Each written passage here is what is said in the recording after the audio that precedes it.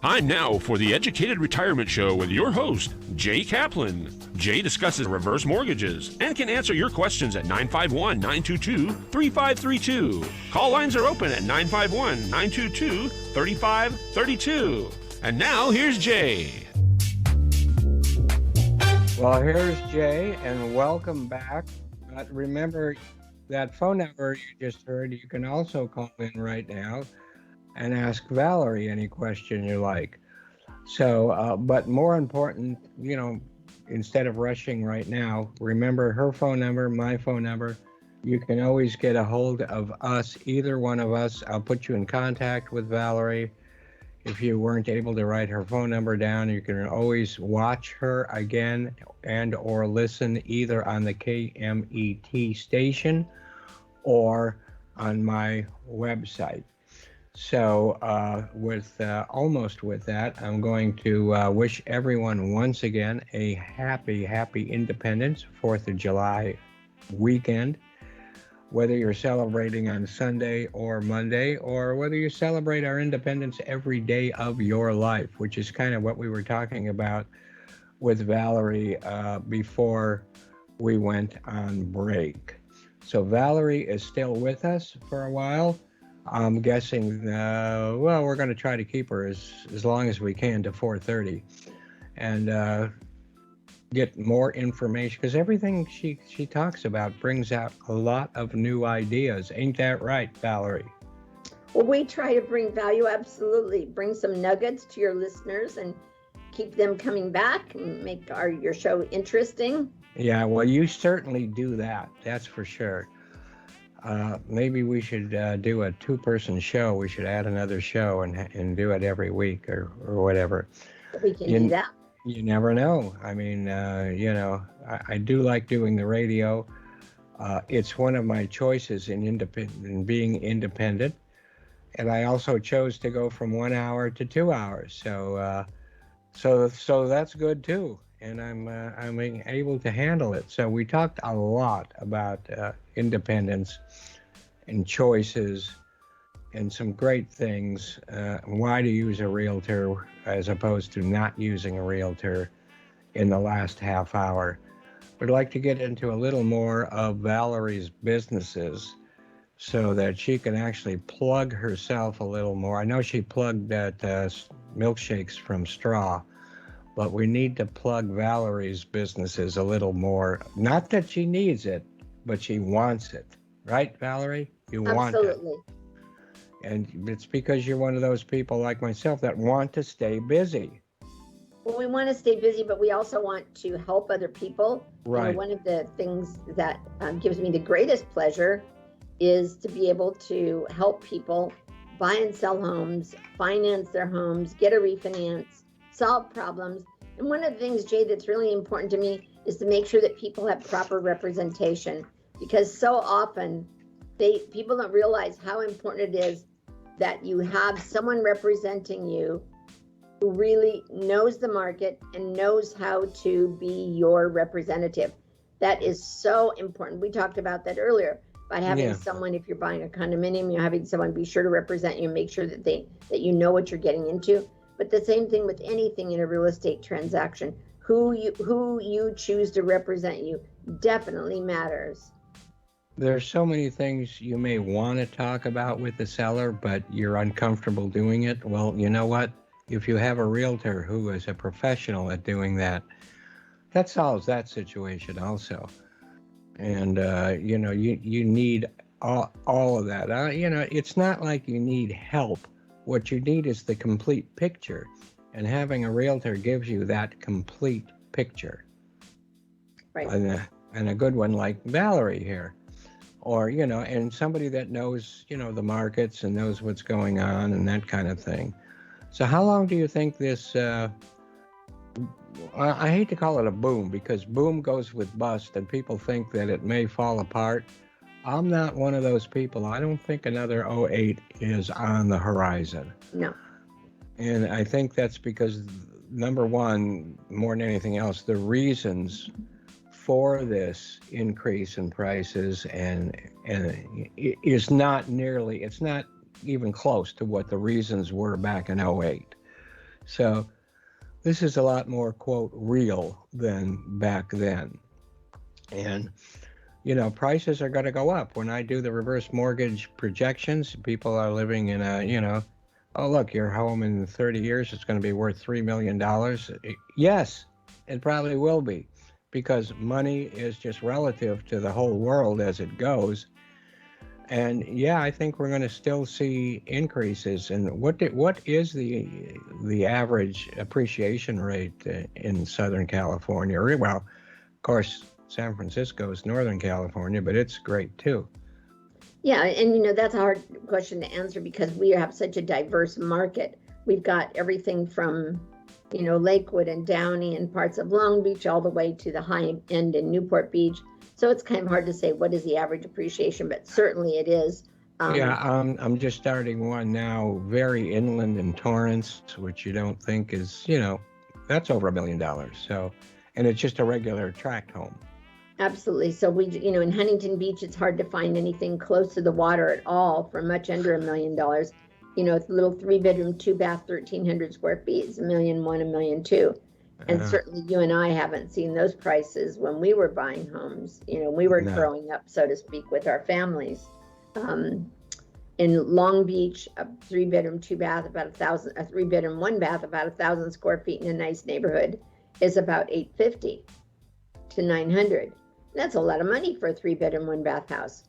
But the one advantage we have, of course, is our weather is amazing. Always. And our neighborhoods are generally nice. A lot of job opportunities here, no matter what some people say. Absolutely. It's here. It's definitely here. And maybe that's because the people came here first because of the weather and the, being closer to the ocean and the mountains, that people can live all over the place and be, at the ocean or in the mountains, in the same day or in the same few hours. Yep. Can't say that for most states. No, you can't. You can't. One or the other, yes, but not both. We are so blessed to live where we are. Yes. Be able to see the ocean and the hills and the mountains all in the same day. So we're very, very, very lucky. We certainly are. But one thing I think that people might want to think about, Jan, is also goes along with independence, is a lot of people talk about, gosh, I would love to have a investment property, but I don't want to manage it. Well, I don't think they should manage it. I think that's a pain in the, you know what I mean? It definitely is. It definitely is. So, one thing that people can do is think about buying something to use as a short-term rental and have a management company manage it for them. I was just in a meeting yesterday with a gentleman who manages homes in Phoenix. And the return on those is amazing because you have so many golfers that come there. Snowbirds. I didn't think about that, but something like, 50 golf courses in the greater Phoenix area. So people come there, you can buy even a 7-8 bedroom house, keep it full with golfers, have good rules, have strict rules so people don't misbehave, and make so much money on those. So there's so many opportunities that, a lot of people say, oh, I don't want to be a landlord and I don't want to have to worry about it. Well, I certainly understand that. Being a property manager, I understand. But it doesn't mean that you should do nothing. So give us a call. Let us talk to you about your options and find out what you can do without being burdened with the responsibilities and the labor that goes involved with being a landlord, because there are other opportunities available for you. And, and again, I'm going to blow my own business horn here. With a reverse mortgage, you can buy a home to live in with more than one unit and rent out the others. And I think, my God, and then have no payment, but nothing but income from that other unit or 2 units or 3 units, depending on where you're buying. But I would, if I did that, I would never let my neighbors know I owned the property. That's the last thing I would want. You know how landlords are sometimes looked at. Nor do I want to be called in the middle of the night because of whatever. But, so I would definitely get a property manager. Even if it were 1 unit, definitely get a property management. And if you put together what it takes to buy a property, The monthly upkeep should include a property manager, and I'm sure that Valerie can get you into a place where it all makes sense. It, as they say in the business, it pencils. It pencils, Right. it does. Another thing is important is that, people are talking about, so many people are talking about moving out of state for a lot of reasons that we don't need to go in here because we all know what they are. High taxes, we don't like the way the government's being run in California. The cost of living's high, all of those things. And now you can work more remotely. If people are thinking of moving to another state, we have contacts and a network in all 50 states and in Canada. So if anyone wants, and in Puerto Rico, Central America, so if anyone's thinking of moving out of state, rather than just start that journey cold on your own, let us help you. Yeah, absolutely. Now, a lot of people talk about high taxes, but I don't particularly mind. I mean, we get what we pay for here in California. I was in Colorado about a year and a half ago, and there's nothing but potholes on the streets. And the taxes on gasoline are a lot higher here, but we don't have those potholes. Right. We do have smog, and we pay more for not to be able to breathe that. So is that why I smoke cigars? Maybe that takes the place of the smog. No. So, we do have the third largest economy, I think, in the world still. So I still love California, but I love so many other states too. I want to be living in 6 or 7 states right now, all at the same time. So, of course, you can't really do that too much unless you got all kinds of money, have these vacation homes all over the place.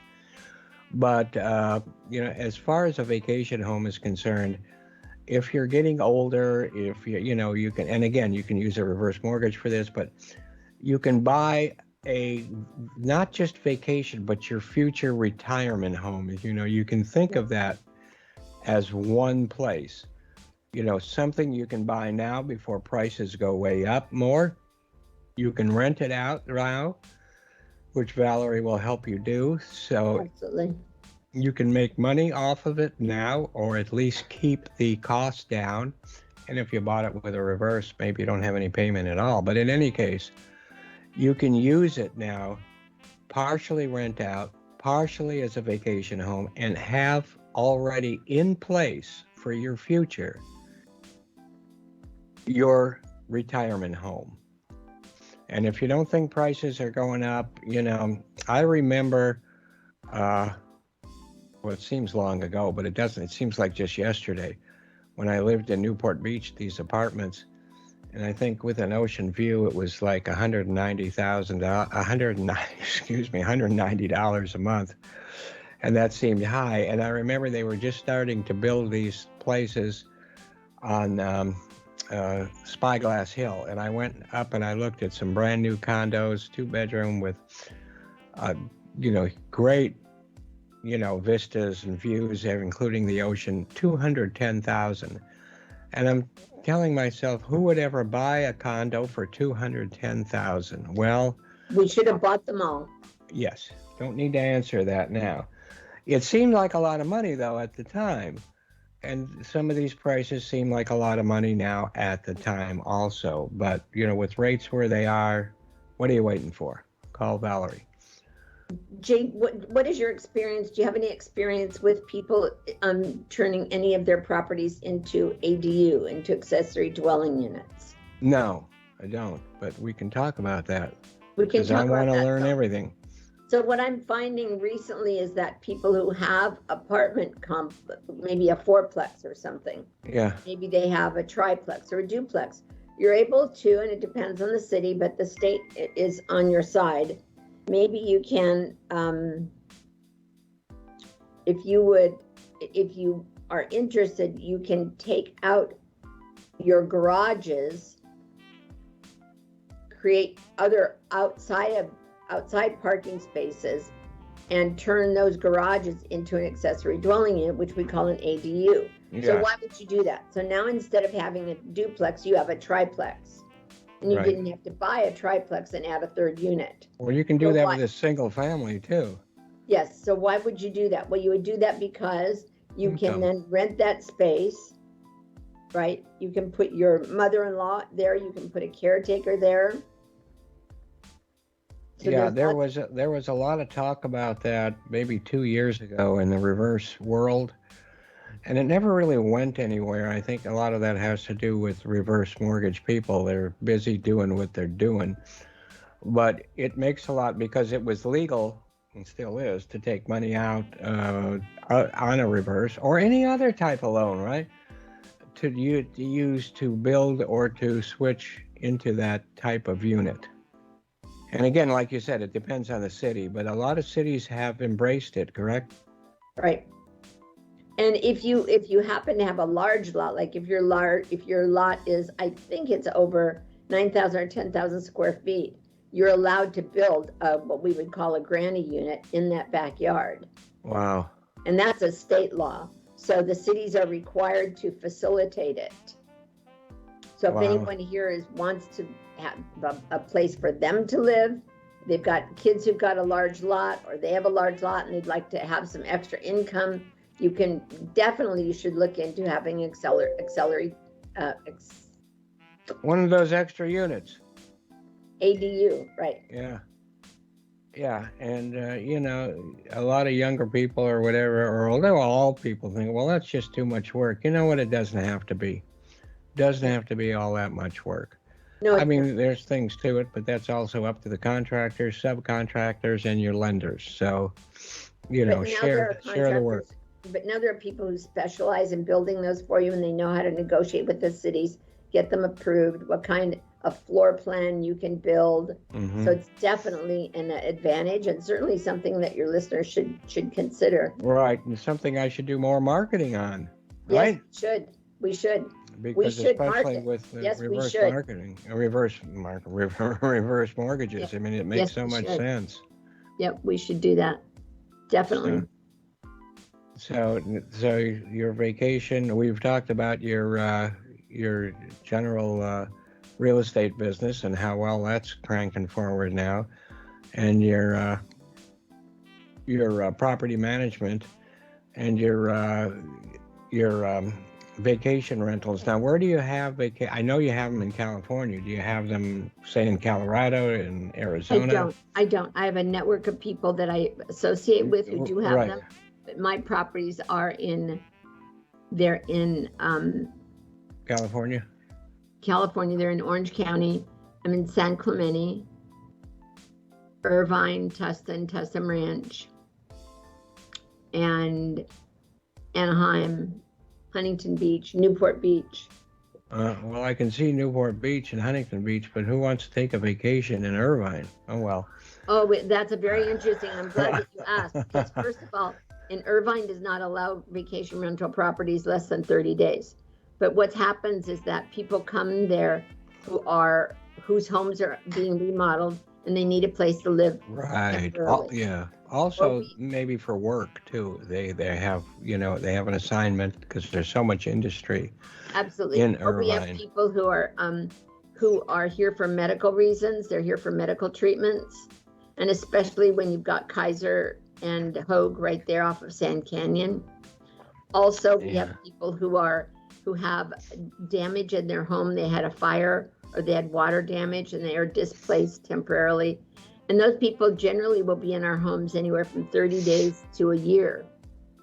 So that's great. So, I just think of Irvine as, pretty milk toast, should we say, or just plain Jane, without being sexist. Just kind of not too much going on. But yeah, you're right. There's plenty going on when it comes to reasons to physically be there for a certain amount of time. Sure.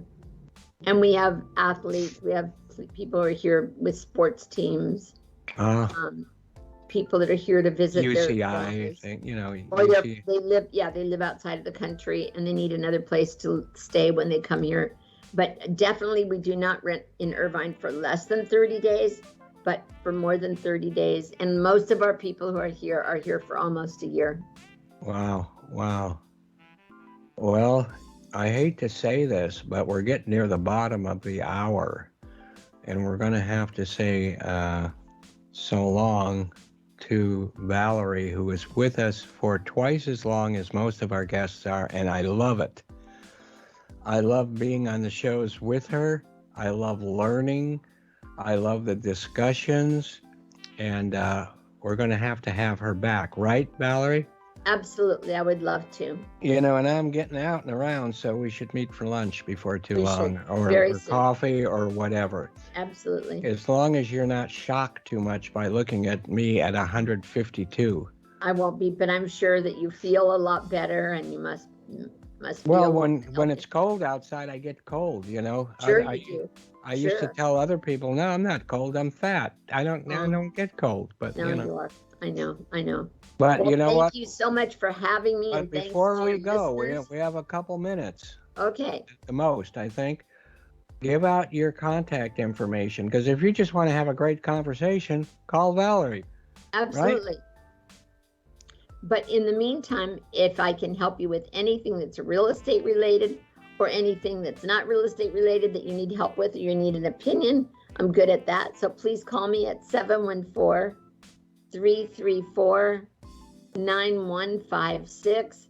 And I'm sure if for some reason you can't reach me, you can call the station. They'll put you in touch with Jay, and he knows where to find me. Yeah, or you can just call me direct. Yeah. Absolutely. That number is 714-334-9156. And you can text or call me at that number. And thank you so much for being a part of our show today.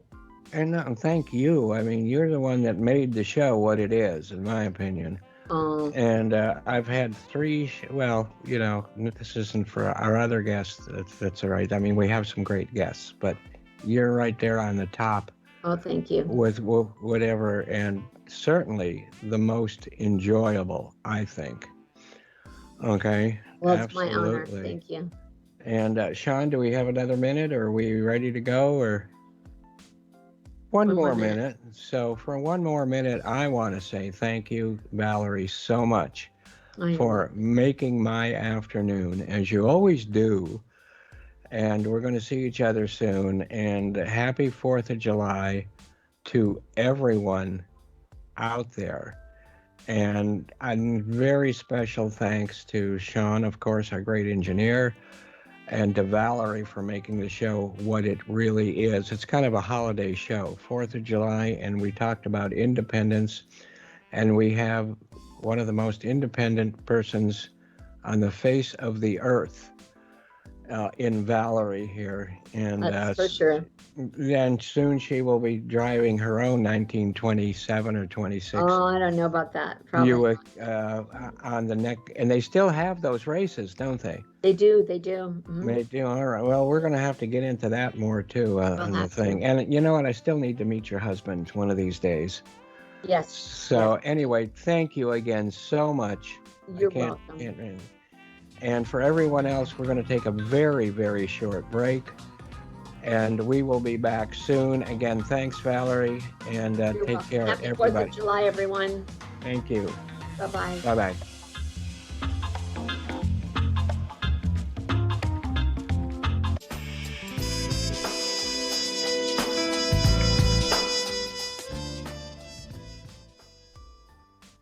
Love that music. Anyway, wasn't Valerie great? She always is. She always is. And she gets my mind working. And as you know, sometimes it takes a lot of lubrication to get my mind working. But we're going to go back. Well, let me say welcome back to the Educated Retirement Radio here on KMET. And we're going to thank Sean right up front for being, for somehow the best radio engineer on the planet was assigned to my show. So there. So we were talking about, what's the guy's name that was on Ken Curtis, who took the place of Festus. I don't think Festus was the name. That was a different person. But still, he was Festus, and he also took the place of Dennis Weaver on Gunsmoke. And we were talking about some of the movies he was in, The Killer Shrews, Giant Gila Monster, best known for his role as Matt Dillon's scruffy deputy Festus Hagen in Gunsmoke. He replaced, as we said before, Dennis Weaver, who played Dylan's sidekick, Chester, who left the show during the 9th season to pursue other opportunities. Ken played Festus, for 11 years. And while doing Gunsmoke, he traveled around the country performing at Western-themed stage shows, at fairs, rodeos. Curtis was introduced into the Western Performers Hall of Fame. Didn't even know there was one, but now I do. Let's see what I get for listening to this show. Anyway, at the National Cowboy and Western Heritage Museum in Oklahoma, and Curtis starred in over 20 films and many TV series, including Wagon Train, Perry Mason, and Sea Hunt. And on television, he was also a part of, there we go, How the West Was Won. When I first saw this, I didn't think I was going to like it, but I do. I do like it. It's kind of long. On this is Letterbox, but we also have it on a DVD that has this like widescreen, like it's looking like the sides are much larger than in the middle, as if you were actually watching a film at a theater that showed Cinerama. And did I see Cinerama for real? Yeah, I saw 2001 back in Hollywood, on Hollywood Boulevard, at what I think used to be the one. Anyway, it was, yeah. And I also saw we went to see several other, well, that's out of reach right now, Cinerama. Sometimes they come back, and, well, that's not a bad name for movie. Anyway. They have the cameras. So, you can see the cameras and everything else, and you can see the movie in Cinerama. It's kind of cool. He was also in The Searchers in 1956, directed by John Ford, and starring John Wayne, Natalie Wood, Ward Bond, The Alamo. 1960, directed by John Wayne, co-star John Wayne, Richard Boone, who we talked about last week. And there's the soundtrack to that. And with Frankie Avalon. All right. And of course, Richard Boone. Historically accurate? Well, we don't care right now.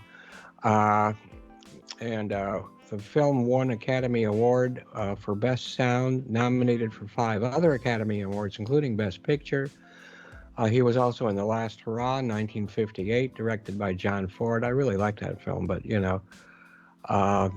starring, you've got Spencer Tracy. I think Frederick March was the main character in there, not Spencer Tracy. But The Killer Shrews, all right, real masterpiece, 1959. And haven't seen that in a while, and I think we will probably watch that tonight. I don't know if you can see the mouth there, but it's bigger than mine. That was directed by Ray Kellogg. The Giant Gila Monster, 1959, directed by Ray Kellogg again. And here's an Elvira I've got, And Giant Gila Monster is, one of those with, the famous normal scenes from those eras with the Hot Rod Boys and the band singing, and the Giant Gila Monster, which was actually just a little lizard breaking through the walls. So Ray Kellogg also produced Cheyenne Autumn, 1964. No, he didn't. He produced, not directed. That one was directed by John Ford, co-starred James Stewart, Richard Widmark, Carol Baker, Sal Mineo, Edward G. Robinson, nominated for cinematography. And that's what Ken Curtis, I didn't, before we started talking about him on these shows, I didn't know that much about him. And before we go on to Tom Cruise, there's one person I think more important than Tom Cruise. And that's NASA Nellie, because I want to make sure she gets her time in, and because, it's hard to predict based on when the ISS is in orbit, when she can be around. So let me listen for her. There goes her retro rockets. Okay. Early July has always been opening day for blockbuster feature films. We have Back to the Future, Men in Black, Armageddon, Spielberg's War of the Worlds. But who could forget waiting for the blockbuster Independence Day in 1996? In Independence Day, there were references to the Roswell incident. In the next few days, many celebrate the infamous UFO occurrence at Roswell, New Mexico, 1947. This event is included in the Summer of Saucers. July 2nd, many witnesses saw an unusual flying craft over the cities of New Mexico. All was abuzz. On July 7th, something happened northwest of Roswell during a severe thunderstorm. It was an impact of a craft of unknown origin. The debris from this crash was recovered by rancher Mac Brazel and was then gathered by the military under direction of Major Jesse Marcel. On July 8th, a press release was issued that Roswell Army Airfield captured a flying saucer from this crash, that the military had in their possession a real UFO. By the way, that term has now been recently changed to UAP, Unidentified Aerial Phenomenon. Very next day, another press release announcement was released that the previous day was incorrect. It was actually a weather balloon. Thus begins the start of the best-known UFO cover-up, the Roswell incident, a crash of an alleged flying saucer along with recovery of debris and even extraterrestrial bodies, which is supposed to have been transferred to Wright-Patterson Air Force Base. As part of this incident, there were threats by the military to citizens that had taken home pieces of the wreck. Reporters were muzzled and radio announcements were censored. Over 70 years later, debates, documentaries, films, lots of research and books were published on the event, even an annual festival held in one of the most famous small cities in the U.S. Here are a few quotes from Independence Day. The president, Bill Pullman, says, "Sir, regardless of what you have read in the tabloids, there has never been any spacecraft recovered from our government. Take my word for it, there's no Area 51. There's no recovered spaceship." The U.S. Secretary of Defense said, "Mr. President, that's not entirely accurate." Jeff Goldblum's character said, "What? Which part?"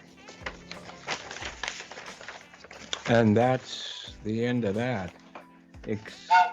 Oh, you didn't have to leave so quickly. I guess you had to get back into orbit. Now, here's shown this picture before. This has to do with the Adamski era, as I like to call it, out in the desert, which great stuff. Which I wish I could have gone to, but I was too young at the time. Now I'm going to show you. I showed you a newspaper clipping from earlier. This is a different one, but this one's totally fake. If you know, but it's a lot of fun. I wish I had a larger copy, but these are the two people running in the original Invaders of the Body Snatchers, of which there has been 4 versions now so far. 1, 2, 3, 4, yeah. And anyway, that's pretty cool. And what does it say? Okay. The headline reads, "Weather balloon crashes on New Mexico farm. Not a flying saucer from Zeta Reticuli," says small, bald, greenish Air Force officer. So that's kind of cool. And I did show you those books, and of course we got some more. But, Roswell is still ongoing and will continue to be ongoing. So, you know what? I'm going to leave Tom Cruise just in case we have to get back to him next week. And I'm going to finish on this day kind of stuff. And then we'll see what we can do. Because, used to be short of things to talk about on nostalgia. Now I'm long in the tooth, but now I'm long on things to say. Lawrence Welk Show, first national television debut broadcast, July the 2nd, 1955. And who can forget what this man looks like? Now, wasn't he instrumental in like retirement homes and things? Yeah, he was. Yes. Yeah, and there is that instrument. Springs, I think. No, I think they were everywhere. But yeah, they were where property was less expensive, and they could build a nice place for the elderly. In case you don't know what elderly means, take a good look at the screen. I don't have very many Lawrence Welk albums, but I do have this one. I really like this one. And this is with Johnny Hodges, who is a pretty major player in jazz. So, and we've got stuff here from Benny Carter, Pete King, George Weil, a lot of good stuff. Canadian Sunset, Sentimental Mood, Beginning to See the Light, on and on. I mean, Stardust. So, it's got some jazz standards, but it's good. And of course, the back I was hoping would have one of those funky backs from the era, but it doesn't. Dot Records, remember Dot Records? Anyway, I do. So, national television show started on this day. It was on ABC, just like I Am, and was initially produced at the Hollywood Palladium and ran until 1971. So it started in 55 and went to 71. That is a darn good record. So there was local Los Angeles program on KTLA and was broadcasted from the Aragon Ballroom at Venice Beach, which ain't there anymore. But what's the one in Newport Beach that's not there? Rendezvous Ballroom. Yeah, oh well. This show was an American musical variety show, mainly champagne music, with the infamous Bubble Machine, hosted by Big Bad Leader. I think it said Big Band Leader Lawrence Welk, but Big Bad is okay. And I've talked about where champagne music, the saying, came from once before, but that's been a while ago. But it came from an audience member from an engagement at the William Penn Hotel in Pittsburgh that said the music was light and bubbly as champagne. We've got some bubble machines. Next time we talk about Lawrence Welk, we better have those bubble machines going. Also, on this day in 1943, believe it or not, and I'm not sure I do, but believe it or not, an alligator fell from the sky. And here is something you can't read, but it is definitely, just to show you, it showed up in a newspaper article, and there it is. I'd keep it up longer if I know you could read any, but I don't think you can. So, wow.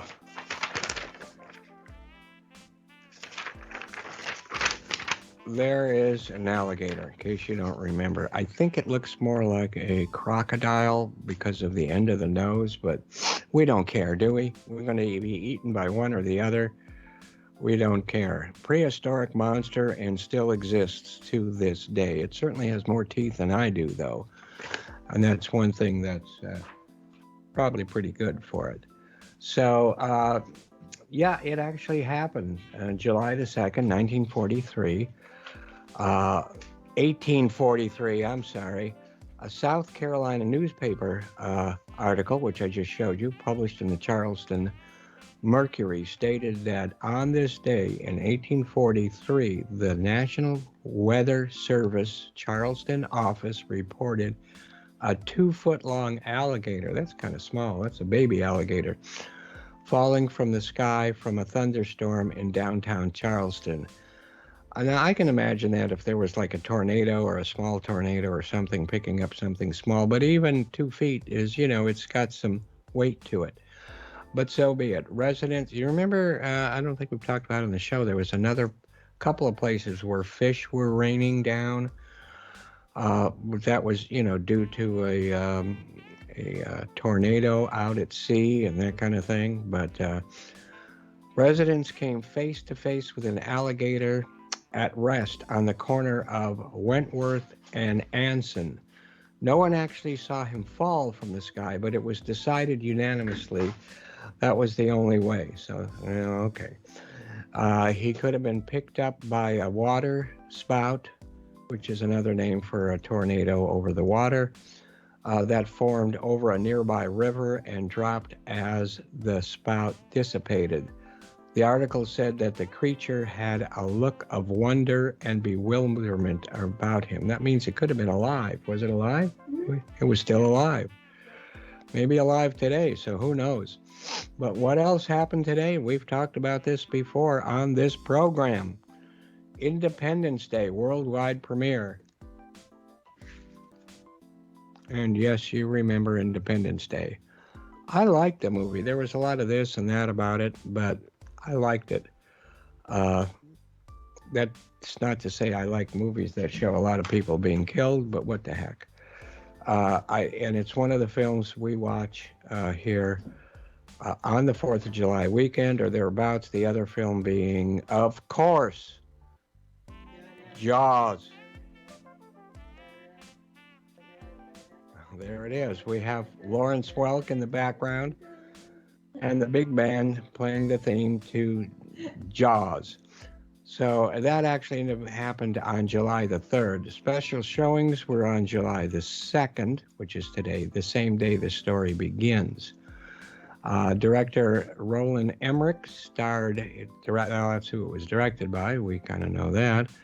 And it starred Will Smith, Bill Pullman as the President of the United States, and Jeff Goldblum, who now plays piano regularly on Vermont in Los Angeles. And I've got one of his albums, and I'd like to get some more, and they are very, very good.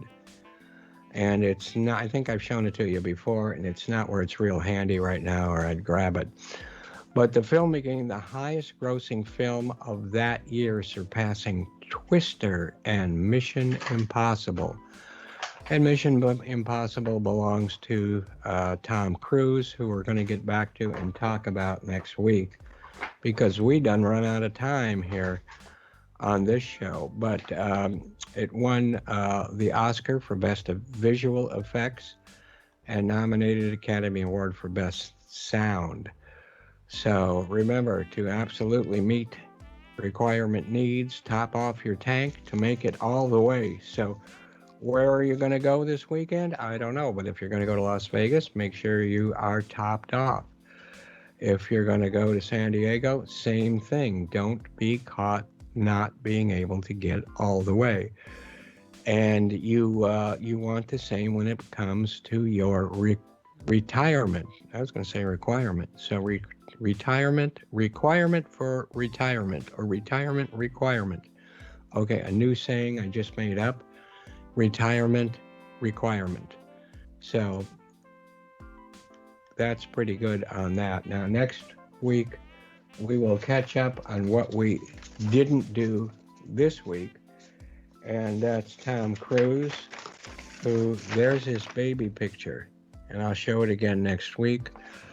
Can't you see how he will become a movie star? And I'm not sure whether that's Tom Cruise or is that Sean, our engineer. Sean, is this a picture of you? Definitely not. Okay.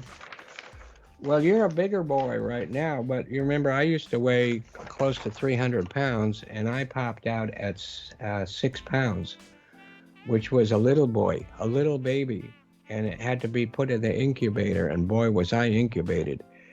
Anyway, that's another picture of what he looks like a little bit later in life. And I've got a whole bunch of stuff on him, but we'll definitely get into him.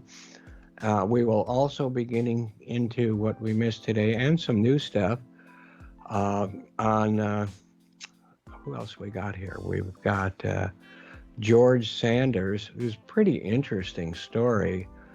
I didn't realize, or perhaps I'd been told that he committed suicide, but that seems awful strange. But, you know, we've got George Sanders and a lot of his work to talk about, including, of course, the saint, something a lot of people don't remember. He did a series of films called The Saint. Some of those, sometimes on Turner Classic Movies, they play those all in a row. They'll play a lot of the Saint movies, or they'll play a lot of the Doctor. What's the doctor's name? Dr. Kildare. Yeah. Who starred, what's his name back then? Same guy that was in Donovan's Brain. Barrymore. Who? Barrymore. No. Well, yeah, Barrymore was the older doctor, but Dr. Kildare himself was. Olive's Crisp. Yeah, Olive's Crisp. I don't know. We'll look it up. We're not worried about that. There's too many things we can be worried about.